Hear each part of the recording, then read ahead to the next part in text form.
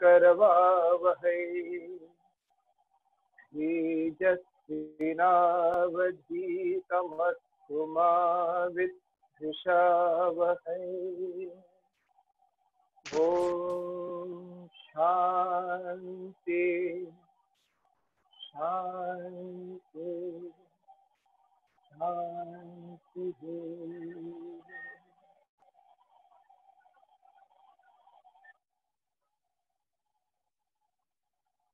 भक्त मरे क्या रोइए जो अपने घर जाए, औरों के लिए रोए काल चक्र फंसी जाए।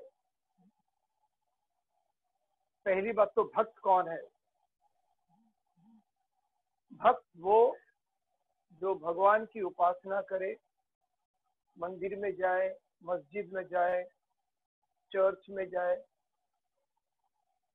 मोमबत्ती जलाए, आजान करे, मंदिर में जो बेल्स हैं, घंटी है, उसको मारे और उसके बाद उसकी उपासना करे उस मूर्ति की।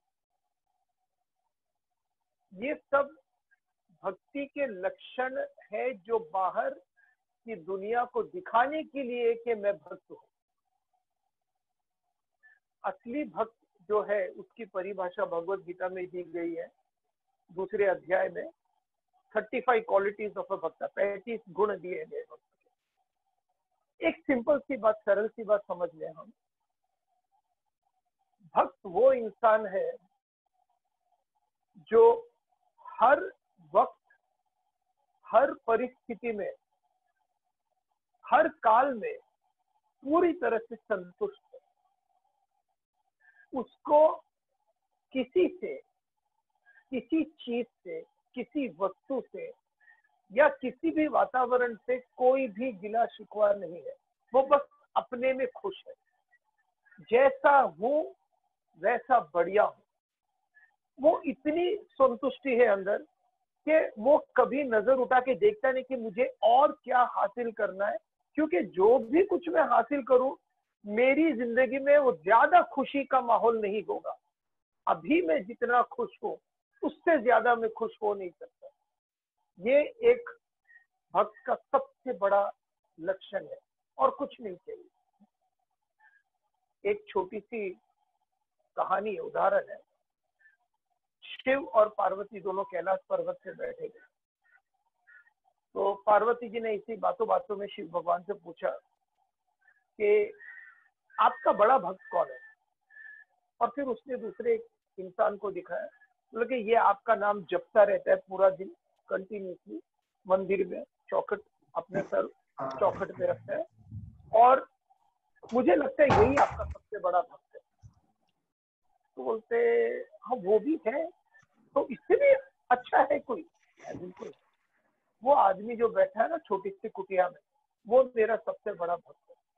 तो वो तो आपका बात ज्यादा करता नहीं, बीच बीच में खाली ओम नमः शिवाय ओम नमः शिवाय जाप करता है, तो इससे बड़ा भक्त कौन हो गया? कभी मिलोगे तो बताइए। तो चलो मिलते। तो पार्वती जी और शिव भगवान दोनों ऊपर से आते हैं और उस गरीब की कुटिया में आते हैं। और वो गरीब की कुटिया में, छोटी सी कुटिया है, एक तरफ दीवार पे एक खिड़की रखी हुई है, एक साइड पे, अब बीच में कुछ नहीं है, दरी वगैरह कुछ नहीं, एक साइड पे एक मटकी है और मटकी में थोड़ा सा पानी है। और ये आदमी ऊपर कुछ नहीं पहना है, नीचे एक धोती पहना है, और वो धोती हुई भी फटी हुई है, दूसरे कोई कपड़े नहीं है, और वो फटी हुई धोती को सुई धागे से सील रहे। तो उतने में इन लोग सब सामने आते हैं, भगवान दोनों। तो वो बूढ़ा आदमी उठता है, बोलता है मैं आपके लिए कुछ पानी वगैरह कुछ बंदोबस्त करता हूँ। तो नहीं नहीं ना भाई, देखिए। और पार्वती जी और शिव भगवान आते, बोलते आपको क्या चाहिए? आप जो चाहिए आपको मिलेगा, जो भी आशीर्वाद। तो वो बूढ़ा आदमी अपनी कुटिया की तरफ देखता है, चारों बाजू एक खिड़की है, एक मटका है, सोने के लिए नीचे चारपाई है, और वो दोनों को देख के बोलते हैं नहीं जी मुझे कुछ नहीं चाहिए, बस मैं बिल्कुल खुश हूँ। तो शिव भगवान ऐसे पार्वती को देखते हैं। पार्वती बोलती नहीं नहीं, अभी आए हैं तो कुछ न कुछ आपको लेना ही पड़ेगा, नहीं तो हमारा आना ही व्यर्थ हो जाएगा। तो वो बूढ़ा आदमी अपने धोती को देखता है और फिर ख्याल आता है, बोलते अच्छा एक काम करना, मुझे एक ब्लेसिंग देना। तो ना हाँ बोलो क्या है। ये जो मैं सिला रहा हूं ना, ये सुई है और सुई के पीछे धागा है। बस ये जब भी सिलाऊं ये याद रखना कि सुई के पीछे धागा होना चाहिए, मतलब धागा सुई के पीछे पीछे चले। पार्वती और शिव दोनों एक दूसरे को देख के मुस्कुराए और बोला तथास्तु और चल दिए। मतलब कुछ मांगा नहीं, जब भी सुई लोगे इसके पीछे धागा ही चलेगा, धागा आगे नहीं चल सकता। इसका अर्थ क्या है कि जैसे नियम है संसार के, जैसे लॉस चल रहे हैं वो बढ़िया चले, जैसे चल रहे, इसमें मुझे कोई विशेषता नहीं चाहिए। ये सोच भक्त, इसको कहते भक्ति। मुझे और कुछ नहीं चाहिए। तो जब मुझे कुछ नहीं चाहिए, मेरे मन में किसी के द्वारा किसी के अगेंस्ट में कोई क्लेश नहीं होता, कोई गुस्सा। क्योंकि गुस्सा कब आएगा कि ये एक एक्सपेक्टेशन कि ऐसा होना चाहिए था जो नहीं हुआ। ये एक भक्त के दिमाग में कभी नहीं आता, वो हमेशा संतुष्ट रहता है। तो एक नॉर्मल आदमी बोलते अच्छा ये तो फिर भक्त लोग है ना, तो हम लोग ये जगह पे नहीं आ सकते, हम लोग अपना नॉर्मल काम करेंगे, क्योंकि एक्सपेक्टेशंस छोड़ नहीं सकते। ये एक्सपेक्टेशंस और इच्छाएं हैं जो हमको और दुखी बनाते चले जाते हैं, क्योंकि इसकी कभी कमी नहीं होती। तो भक्त मरे क्या रोइए। तो अगर भक्त कोई मर गया तो इसके लिए जब भक्त मरता है तो उनको नहीं बोलते मर गया, गिनती में नहीं आते, उनको बोलते इन्होंने महासमाधि प्राप्त की। महा मतलब उच्च कोटि की, समाधि मतलब जिसकी मन बिल्कुल स्थिरता थी, उनको कोई डिस्टर्बेंस नहीं था, जीते जी मरते ही। जो ऐसे मरे, ऐसे इंसान मरे तो क्या रोई है, उसके लिए क्या रोना है। वो अपने घर जाए। वो मेरा घर है, ये जो है ये रेंटेड हाउस है, भाड़े का मकान है, और भाड़े के मकान में मैं रह रहा हूँ, और मेरे आजू बाजू में जितने लोग हैं सब मेरे साथ है। ये सब आएंगे जाएंगे आएंगे जाएंगे, 2-2 मिनट में रिलेशनशिप बदलेगा, 2-2 सेकंड में। एक कुछ हो गया तो वहां से यहाँ, यहाँ कुछ हो गया तो यहाँ से वहां, एक एक सेकंड में। तो ये ये सब भाड़े के रिलेशनशिप है। ये तो मेरा घर है ही नहीं, वो घर मेरा है।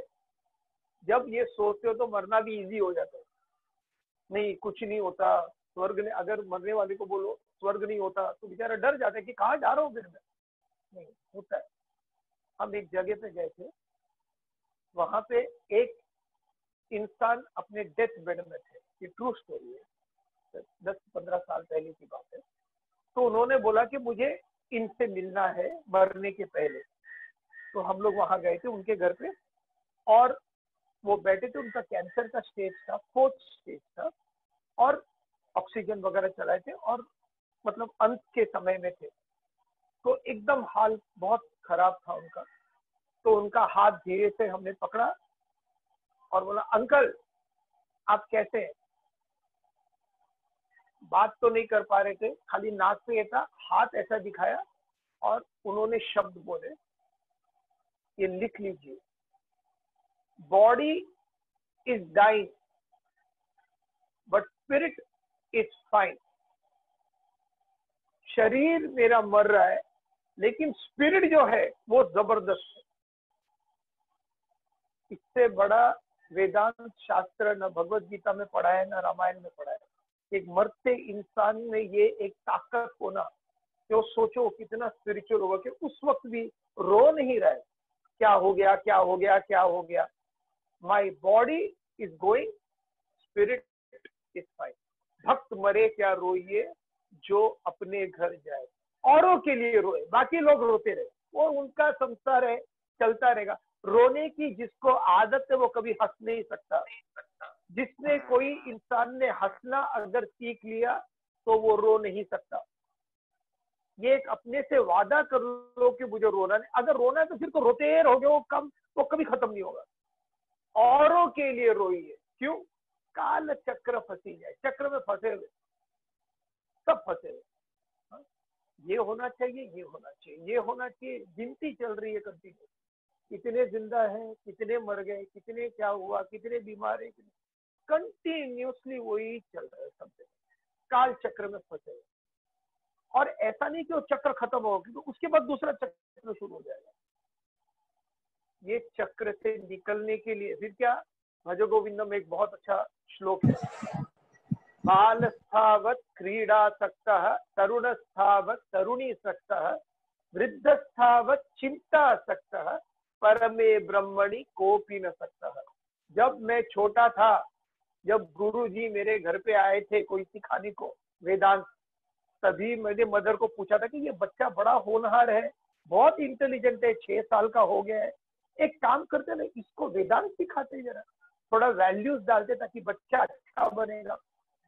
अभी स्कूल के एग्जाम है ना सर, बहुत बिजी है, अभी नहीं, एग्जाम जैसे ही खत्म हो जाए ना, उसके बाद हम थोड़ा थोड़ा करेंगे, मैं बाद में आऊंगा करके गुरु निकल जाते, फिर बाद में आते एग्जाम के बाद। अभी तो खेल रहा है, तो खेलने कूदने के लिए देखो ना सर, भी इनका दूसरा सेमेस्टर भी शुरू हो गया, 10वीं तक शुरू हो गया, अभी पढ़ाई 10वीं, बस एकदम इंपॉर्टेंट क्या है लाइफ में, 10वीं एक बार पढ़ लिया ना सर, उसके बाद आप आके सिखा लेना, और बच्चों को भी इकट्ठा करेंगे और सबको सिखाना। आखिर ये सब हमारे देश के भविष्य है, इनको अच्छी अच्छी चीजें सीखनी चाहिए ना।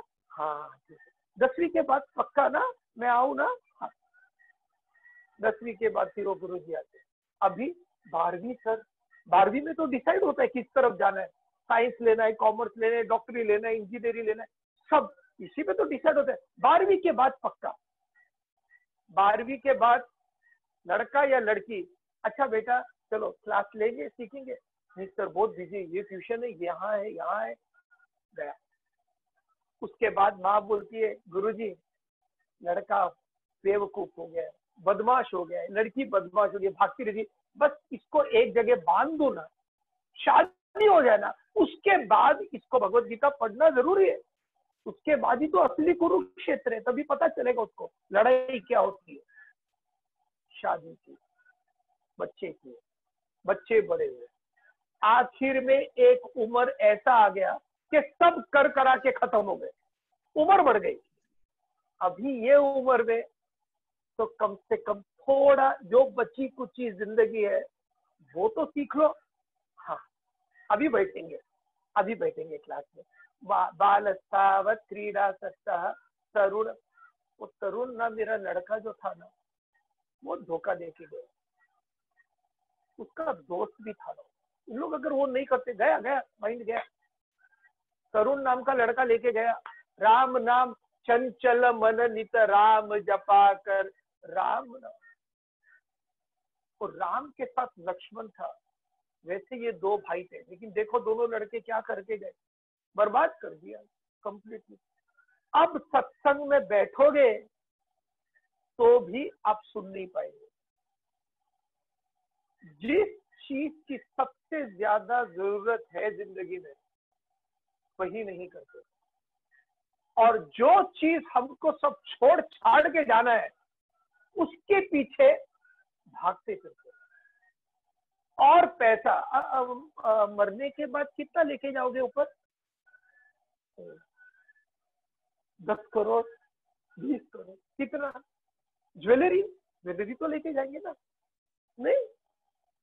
ये रिश्ते, लड़का प्यार करते ना लड़के से, लड़का लड़की, दामाद बहू बच्चे, इन सबको लेके जाओगे। सर्वेंट को लेके जाना पड़ेगा ऊपर, काम कौन करेगा, सर्वेंट को भी लेके जाना पड़ेगा। किस किस को और क्या क्या लेके जाओगे, एक ठेला नहीं। अंत समय जब आएगा, एक ठेला, और जो चीज मुझे यहाँ का यहाँ धरा रखना है उसके पीछे मैं पूरी जिंदगी बिताता हूँ, पूरी जिंदगी उसके पीछे बिताता हूँ जो मेरे पास होने वाला ही नहीं है, और जो चीज मेरे पास आगे रहने वाली है, ये ज्ञान, उसको मैं छोड़ देता हूँ। व्हाट इज मोस्ट इंपॉर्टेंट, गया। एक बार एक नाव में एक नाविक बैठा था, बोटमैन, और उसके साथ एक आदमी था। तो आदमी और नाव वाले को देख के बोलता है कि आपने स्पोर्ट्स कुछ खेला है क्या, tennis, badminton, cricket, football, hockey, ये सब खेला है क्या? वो बेचारा बोट चला रहा है, गरीब आदमी। अरे नहीं साहब, ये सब करने का मौका नहीं मिला। तेरा 1/14 जिंदगी गया, फिनिश। फिर बोलता अच्छा तेरे को मैथमेटिक्स वगैरह तो कुछ आता रहेगा ना, ट्रिग्नोमेट्री, साइन, थीटा, वो सब? नहीं साहब, मैं स्कूल गया ही नहीं साहब, मौका ही नहीं मिला। आधा जिंदगी गया तेरा, खत्म। फिर ऐसा पानी में हाथ लगा के, छोटी छोटी जल की बूंदे सागर को भर देती है, बालू की रजनंदी नंदी सुधर भूमि रच देती है, क्षण क्षण काल इकट्ठा होकर लंबा युग बन जाता है, क्षण को शूद्र न समझो भाई, ये जग का निर्माता है। अच्छा, कविता वगैरह तो बोलते रहेंगे ना? नहीं सर, कविता तेरा तो 3/4 लाइफ गया, खत्म। वो बोट वाला बोट चलाते चलाते देख रहा था कि एक खड्डा कहीं से हो गया है और पानी वहां से आ रहा है। तो उसने उसको पूछा, सर आपको तैरना आता है? तो उसने बोला नहीं, तैरना नहीं आता। उसने आपकी पूरी जिंदगी खत्म। और वो उठ निकल के भाग जाता है। जो चीज पानी में आ गए हो तो सबसे जरूरी होता है तैरना सीखना, नहीं तो कोई पानी में जाता नहीं है। वैसे ही जब जिंदगी में आ गए हो तो हम सब आ तो गए अभिमन्यु की तरह, पता है अंदर कैसे जाना है। मेरा बेटा, मेरी माँ, मेरा ये, मेरा वो, अंदर और अंदर जाते थे, लड़ते लड़ते लड़ते लड़ते अंदर तक चले जाते। क्या बहादुरी से लड़ते, लोग तालियां मारते, वाह वाह वाह, कितना सक्सेसफुल हो गया ये। और अंदर जाके हम 6 चीज के शिकार हो जाते। कंस खड़ा है, दुर्योधन खड़ा है, दुशासन खड़ा है, धृतराष्ट्र खड़ा है, सब लोग खड़े जो मारने में हमको उछले, और आखिर में वो 6 जन मार देते। काम, क्रोध, लोभ, मोह, मद, मत्सर्य, ये 6 इमोशन, काम इच्छाएं, क्रोध गुस्सा, मद एरोगेंस, एनवी इच्छा डिजायर, ये 6 चीज पकड़ के, भय, ये 6 चीज पकड़ के हमको जिंदगी में खत्म कर देते और बाहर निकलने का रास्ता ही नहीं बताते। जो बाहर निकलने का रास्ता अभिमन्यु को कृष्ण ने जब अभिमन्यु पेट में था तभी बताया था, लेकिन मां सो गई। अंदर जाने का रास्ता पता है, बाहर का पता नहीं है। काल चक्रवर्ती, बचपन, जवानी, बुढ़ापा, वही चौचले में फंस जाते और आखिर में आदमी मर जाता है। अभी क्या, अभी क्या, कोई फिक्र मत करो, पुनरपि जननम पुनरपि मरण, फिर अगला जन्म होगा आपका। फिर अगले जन्म में आपको एक सरप्राइज मिलेगा। क्या?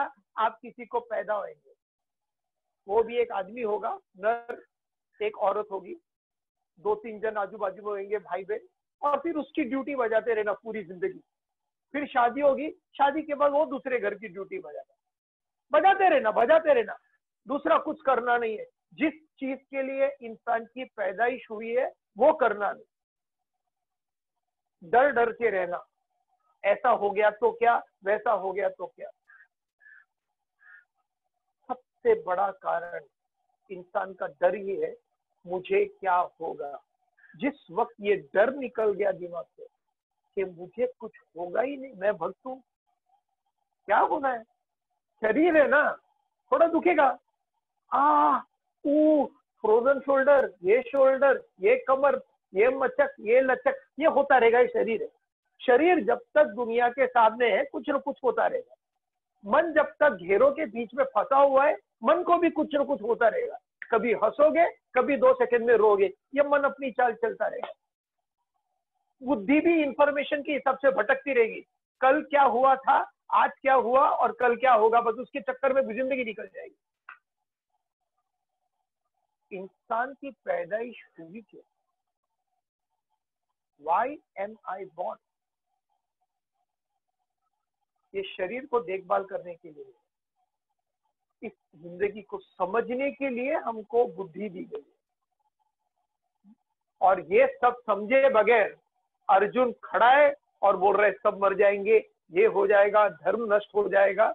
ये सारा चीज कृष्ण चुपचाप सुन रहे थे और आखिर में उन्होंने बोल दिया, अशोच्यानन्वशोचस्वम प्रज्ञावादांश भाषते सुनगता सुशनान श्रोते। लेकिन मरना तो जरूरी है ना, हर कोई तो मरता ही है, तो मरेंगे तो क्या होगा? कुछ नहीं होगा। ये एक बड़ा अविद्या है जो सबके सर पे घुस गया है कहीं ना कहीं से, कि मरने के बाद पता नहीं क्या होगा, मरेंगे तो मौत होती ही नहीं है। और यही श्लोक अगला हम करेंगे अभी, वासासी जीर्णानि। वासासी जीर्णानि यथा विहाय नवानि गृह्णाति नरोपराणि तथा शरीराणि विहाय जीर्णानि अन्यानि संयाति नवानि देहि। वासासी जीर्णानि यथा विहाय नवानि गृह्णाति नरोपराणि। जैसे मनुष्य, इतना इजीली कृष्ण भगवान ने एक्सप्लेन किया है, लेकिन हमारी प्रॉब्लम है कि हमको समझना है ही नहीं, क्योंकि उनको क्या पता, कृष्ण भगवान को क्या मालूम है ना। तो ये थॉट अगर रहेगा तो आप सबसे अक्लमंद है, और आपके इर्द गिर्द जो भी है बड़े बड़े ज्ञानी और गुरु सब बेवकूफ है, वो ये समझ नहीं पाएंगे, बाकी के सब समझ जाएंगे। जैसे मनुष्य पुराने वस्त्र को त्याग कर नए वस्त्र धारण कर लेता है, उसी तरह जीवात्मा भी पुराने शरीर को त्याग कर नया शरीर धारण कर लेती है। हो गया।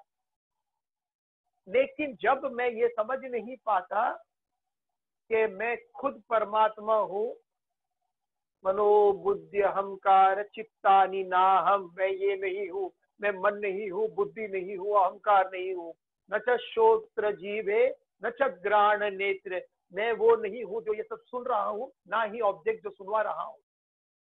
न च व्योम भूमि न तेजो न वायु, मैं स्पेस नहीं हूं, मैं आकाश नहीं हूं, मैं वायु नहीं हूं, मैं पानी नहीं हूं, मैं आग नहीं हूं, मैं धरती नहीं हूं। हम लोग तो 5 एलिमेंट के ही बने हैं ना, क्योंकि आदमी जब मरता है तो सबसे पहला क्या होता है, बदन ठंडा हो जाता है, अग्नि निकल जाती है, उसके बाद बॉडी से गैस निकलना शुरू हो जाता है, हवा निकल जाता है, उसके बाद जो लिक्विड रहता है वो बाहर निकलना शुरू होता है, वाटर। उसके बाद जो ये काया है वो धीरे धीरे कम होता चला जाता है, इट डिसइंटीग्रेट्स इनटू अर्थ, और आखिर में हवा के साथ लुप्त हो जाता है, आकाश के साथ लुप्त हो जाता है। तो ये 5 एलिमेंट से मैं बना हूं नहीं, मैं ये 5 एलिमेंट नहीं हूं। तो कौन हूं मैं? चिदानंद रूप शिवोहम, मैं उस चिदानंद का रूप हूं, साक्षात्कार ब्रह्म हूं, मैं शिव हूं। जिस वक्त हमारे ग्रंथ ऐसे शुरू होते हैं, हमारे ग्रंथ ये शुरू नहीं होते कि तुम गलत हो, हमारे ग्रंथ ये शुरू होते हैं कि तुम वो हो, परमात्मा हो, तत्वमसि। जिस वक्त इंसान ये समझ नहीं पाता, नहीं नहीं नहीं वो तो भगवान तो अलग है ना, क्योंकि उनकी फोटो भी अलग है, शिव के यहाँ पे चंद्रमा, सांप, यहाँ पे सांप, सांप का तो मैं फोटो देखता हूँ तो 3 रात सोता नहीं, लेकिन यहाँ पे शिव भगवान का सांप है, त्रिशूल है, तो एकदम अलग अलग है, डिफरेंट है, हम लोग ये हो ही नहीं सकते। जब ये थॉट आता है तब ऐसे इंसान को कहते हैं अविद्या, और अविद्या का शिकार के लोगों को कहते हैं अच्छा चलो भाई तुम शिव नहीं हो, ठीक है, मान लो कि तुम भगवान नहीं, लेकिन तुम वो भगवान का अंश हो, वो परमात्मा नहीं हो, लेकिन तुम आत्मा हो, ठीक है। और ये आत्मा कॉम्बिनेशन है अभी, ठीक है, आप परमात्मा तो नहीं है ना, तो आत्मा और आत्मा के साथ ये शरीर जो आईने में दिख रहा है, मन जो चारों बाजू घूम रहा है, मुझे ये पसंद है मैं ये लूंगा, मुझे ये पसंद नहीं है मैं नहीं लूंगा, पसंद और नापसंद के हिसाब से चल रहा है, और बुद्धि जो सोचती है दुनिया में कैसे क्या करना चाहिए, ये 3 तो है। हाँ सर ये तो मैंने देखा, इतना तो पता है कि मैं कल का सोचता हूँ, आज का सोचता हूँ, बस तो ये तुम हो। शरीर को हम कहते हैं स्थूल अवस्था, फिजिकल बॉडी। बुद्धि को हम कहते हैं सूक्ष्म अवस्था, सटल बॉडी। और जो इस सटल बॉडी का कारण है उसको हम कहते हैं कारण शरीर, मतलब वासना। तो वासना है हमारे अंदर जो है, उससे ये सूक्ष्म शरीर बना है, मन और बुद्धि, और ये मन और बुद्धि के आगे मॉडिफिकेशन है ये मेरा फिजिकल शरीर। और इसके पीछे मेन स्विच जो है वो है आत्मा। ठीक है, मेरे अंदर आत्मा है जो मेन स्विच है, उसके अंदर सटल बॉडी है। सटल बॉडी मतलब सूक्ष्म शरीर, जो बल्ब के अंदर का टंगस्टन और वायर है वो है, और बाहर का जो बल्ब है वो शरीर है। जब मेन स्विच चालू करता हूं तो लाइट आ जाता है, मेन स्विच बंद कर दिया तो लाइट खत्म। वैसे ही जब मरना होता है, आत्मा का डेफिनेशन ये कि वो तो हर जगह है। जब आत्मा हर जगह है तो एक जगह से दूसरे जगह कैसे जाएगी? तो लोग कहते इसका आत्मा ये शरीर से निकल गया। निकल गया कहाँ गया? एक तरफ तो हम कहते आत्मा हर जगह है, और दूसरी तरफ हम कहते हैं कि आत्मा यहाँ से निकल के वहां। आपको पता है एक बड़ा मजेदार हुआ, कल एक चीज हो गई। मैं हॉल में बैठा था अपने आश्रम में, और हॉल से ना मेरे इधर का जो हवा था ना, वो हवा फिर ना बेडरूम में चला गया। बेडरूम में हवा है, हॉल में हवा है, इस रूम में हवा है, बाहर में हवा है, घर में भी हवा।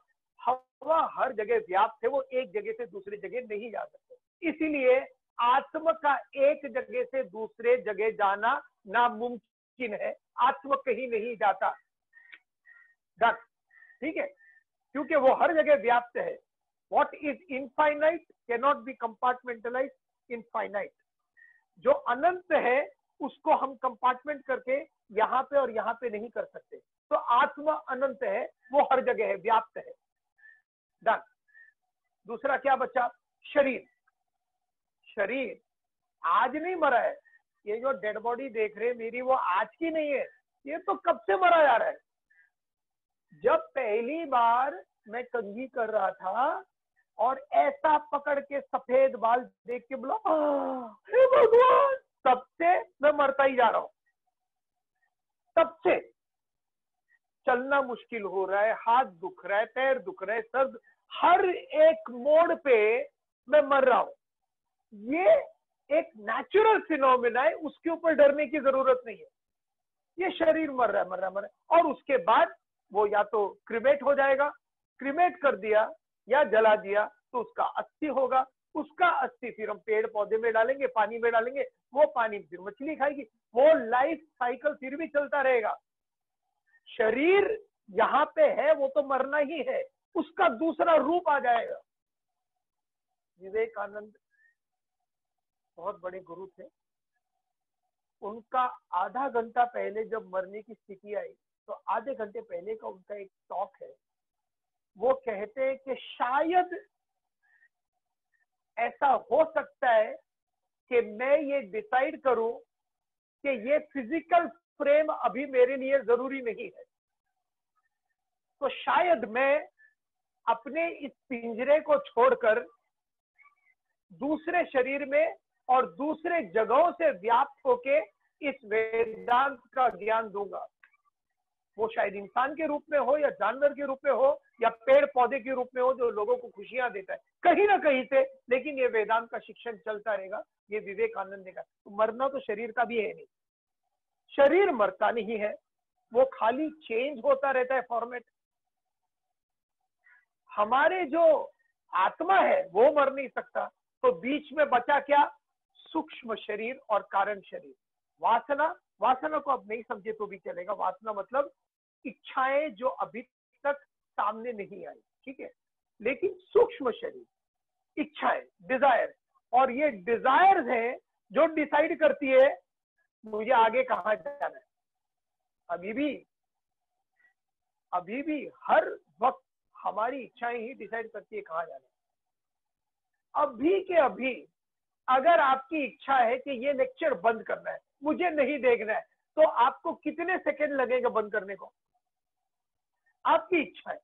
अगर आपकी इच्छा है कि अभी कोई प्रोग्राम चल रहा है और मुझे देखना है, कितने सेकंड लगेंगे वहां जाने को? ज्यादा नहीं, फट 2 मिनट में। 2-2 मिनट में आपकी इच्छाएं बदलती है और इच्छाओं के हिसाब से आप एक्शन करते हो। वैसे ही जब शरीर थक जाता है, चलने फिरने के योग्य नहीं रहता, ऐसे हिलू तो दुखता है, ऐसे हिलू तो दुखता है, नाच सकेंगे, नाचने को नहीं होता है, खाने को नहीं होता है, पीने को नहीं होता है, वो सब शुरू हो जाता है। तब अंदर की जो ये सूक्ष्म शरीर है, इच्छा है, वो सोचती है ये तो डब्बा है, ये तो खराब हो गया यार, कितनी बार भी रिपेयर करूं, डॉक्टर के पास जा जाके दवाइयां पे दवाइयां पे दवाइयां पे जी रहा हूं, लेकिन ये कुछ मशीन काम ही नहीं करता है, अभी यूजलेस मशीन हो गया। कितनी बार वही फटे हुए कपड़े पहनता रहूं मैं। कपड़े जैसे फटे हुए हैं तो कपड़ा पहनने वाला ये डिसाइड करता है कि ये फट गए हैं, जर्जर हो गए हैं, ये अभी मुझे पहनना नहीं है। तो मैं क्या करता हूं, इस कपड़े को उठा के फेंक देता हूं और अलग अलग शॉपिंग साइट से, अभी क्योंकि अभी बाहर नहीं जा सकते, दूसरे नया शर्ट टी शर्ट ले लेता हूं। ठीक उसी तरह ये अंदर की जो ताकत है, सूक्ष्म शरीर ये और कारण शरीर, ये डिसाइड करती है कि ये शरीर अभी काम नहीं कर रहा है या मुझे काम करना नहीं है, तो ये शरीर को त्याग करके दूसरा शरीर ले लेगी। सिंपल।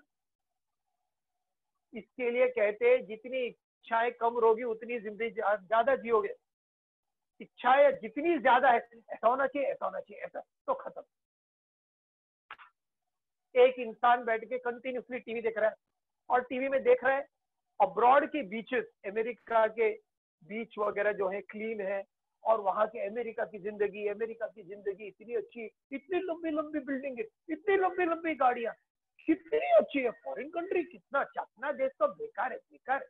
फॉरेन का कंट्री कितना, उधर जाना चाहिए, उधर। लेकिन मेरे पास अभी उतनी ताकत नहीं है वहां जाने के लिए, मेरे पास उतने पैसे नहीं है उधर जाने के लिए, लेकिन मेरी इच्छाएं कंटिन्यूसली बोल रही है वहां जाना चाहिए, वहां जाना चाहिए, वहां जाना चाहिए, वहां जाना चाहिए। जिस वक्त मुझे वहां जाना है और सारे मार्ग प्रैक्टिकली अभी बंद है, तो फिर मेरी अंदर की जो ताकत है, सूक्ष्म शरीर और कारण शरीर, वो बोलेगी धर्मत यार, किधर जाना है तेरे को, अब्रॉड जाना है, एंजॉय करना है ना, इधर बेकार है ना, इधर का डब्बा बंद कर देता हूं। यहाँ गैस बंद कर दिया, दूसरा गैस शुरू कर दिया अमेरिका में, यहाँ आप मरोगे, वहां पैदाइश होगी ट्रम्प के अंडर में। कहीं ना कहीं फिर वहां का रोना अलग रहेगा, हर जगह का रोना अलग अलग है।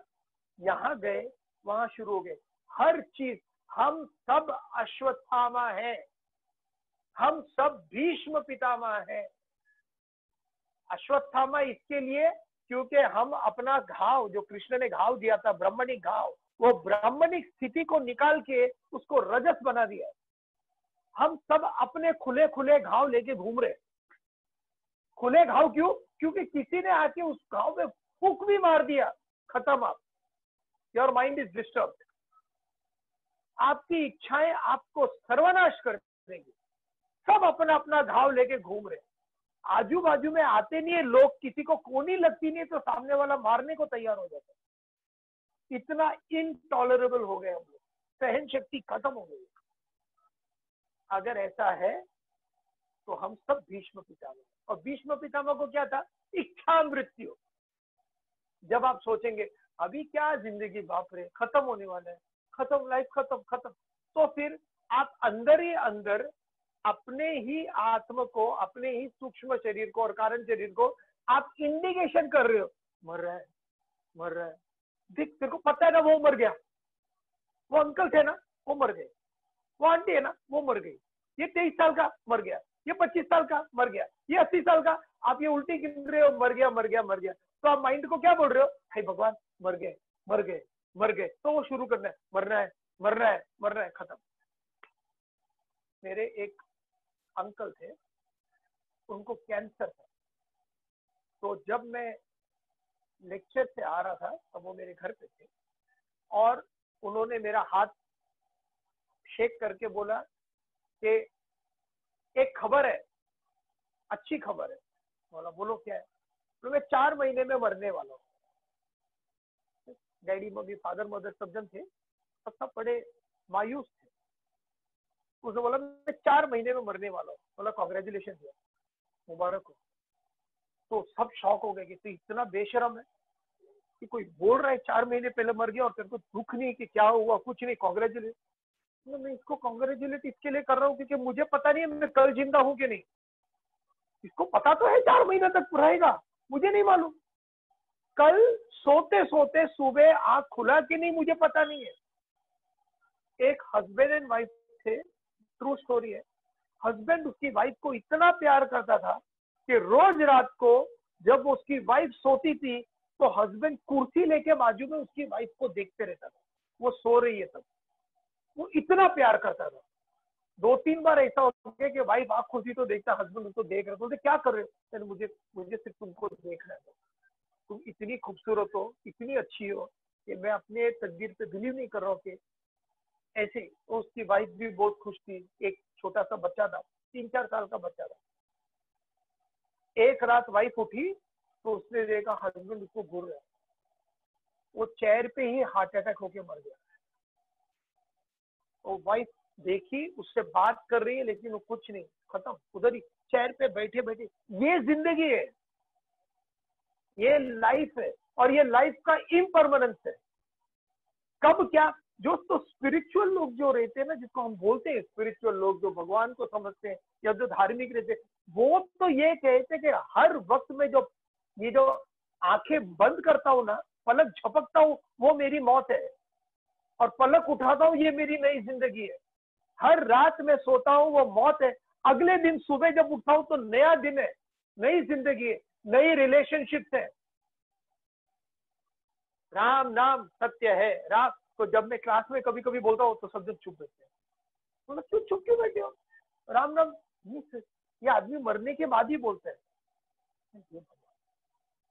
फिर वो इंसान समझता है कि जैसे ही मैं एक चोला फेंक के दूसरा चोला लेता हूं, वैसे ही एक दिन ये मन, ये बुद्धि और ये वासनाएं, ये शरीर अगर चलेगा नहीं, रिपेयर करो, एक्सरसाइज करो, जब तक चलना है चलो, 100-200 कोई फर्क नहीं पड़ता, जब तक चलेगा। एक दिन ये छोड़ के दूसरा शरीर, उसमें क्या रोना है यार? एक रूम से दूसरा रूम गए, उसके लिए क्या रोना है? ये सोच एक बार आ गए, इंसान के सर से डर निकल जाएगा। फिर अर्जुन की ये स्टोरी है कि इन लोग सब मर जाएंगे, कोई फर्क नहीं पड़ता है, सब अपने कर्म से मरे हुए ही हैं। गलत करोगे गलत मिलेगा, शक्कर खिला शक्कर मिलेगा, टक्कर खिला टक्कर मिलेगा। ये दुनिया है। यही सोच समझ के, इसका मतलब नहीं कि बैठे बैठे हे भगवान कल मर जाए कल मर जाए, ऐसा नहीं। हर मिनट एंजॉय, हंसते हंसते जिंदगी निकल जाए बस। 4 दिन की जिंदगी है, बचपन, जवानी, टेंशन, मैच्योरिटी और बुढ़ापा। ये 4 दिन की जिंदगी में भी लोगों को झगड़ा करने का टाइम मिल जाता है, मारामारी करने का टाइम मिल जाता है, गुस्सा करने का टाइम मिल जाता है। मुझे समझ में नहीं आता कैसे। हम आगे कंटिन्यू करेंगे।